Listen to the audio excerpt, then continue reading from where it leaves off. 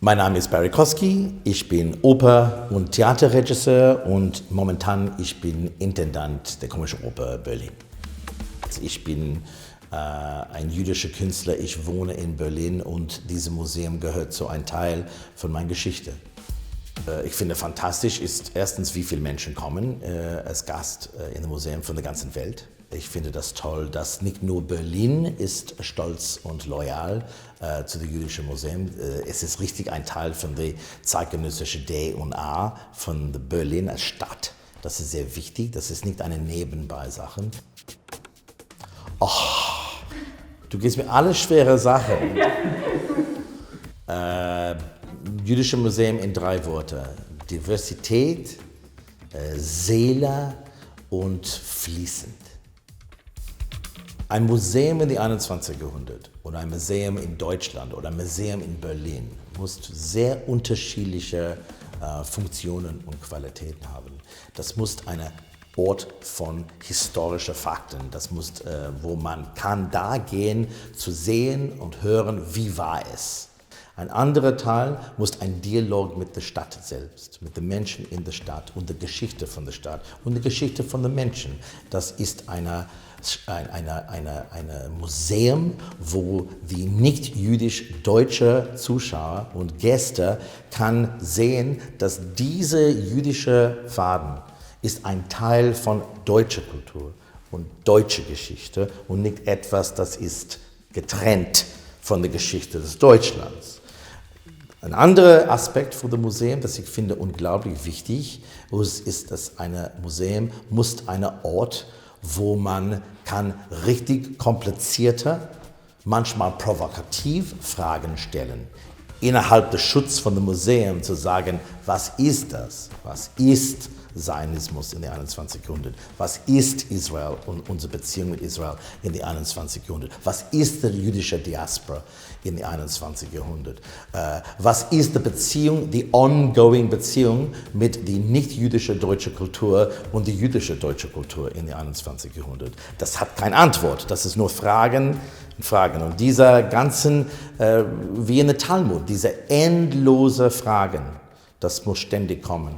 Und das Museum muss diese Fragen stellen. Das ist eine wichtige Funktion von einem Museum und dem Jüdischen Museum. Das ist ein Ort, wo man stellt komplizierte, schwere, interessante Fragen. Deutsche Geschichte ohne dieses Museum ist undenkbar. Ich glaube, wir stellen die gleichen gesellschaftlichen Fragen, wie man vor 100 Jahren oder 1000 Jahren stellt. Die wichtige Frage: Warum bin ich hier? Wer bin ich? Was ist meine Beziehung mit dieser anderen Mensch? Was ist meine Beziehung mit meiner Familie? Wie gehöre ich in der Gesellschaft? Was kann ich für die Gesellschaft tun? Wie wichtig ist die Vergangenheit zu der Gegenwart? Was ist zu träumen über eine utopische Zukunft, wann es gibt so viele Probleme? Wie können wir immer Hoffnung haben in einer Welt, das ist so hoffnungslos? Ich glaube, diese Fragen sind die gleiche Frage seit 1000 Jahren. Und das ist sehr wichtig, dass eine riesig große Welle von jungen Menschen verstehen, was das ist und was es passiert und wie wichtig diese Kultur ist für Deutschland. Weil es ohne die junge Generation zu verstehen und auch Interesse zu haben, diese Geschichte, wir haben keine Zukunft. Ich glaube, warum diese Celebration so wichtig ist, dass es ist so wichtig, immer zu sagen und zu erzählen. Das ist eine Geschichte von unglaublichen Menschen in Literatur, in Kunst, in bildender Kunst, in Musik, in Politik, in Philosophie. Das war nicht nur eine furchtbare Geschichte. Das ist auch eine Geschichte von Celebration und Freude und Stolz und natürlich der Schmerz und der Tod.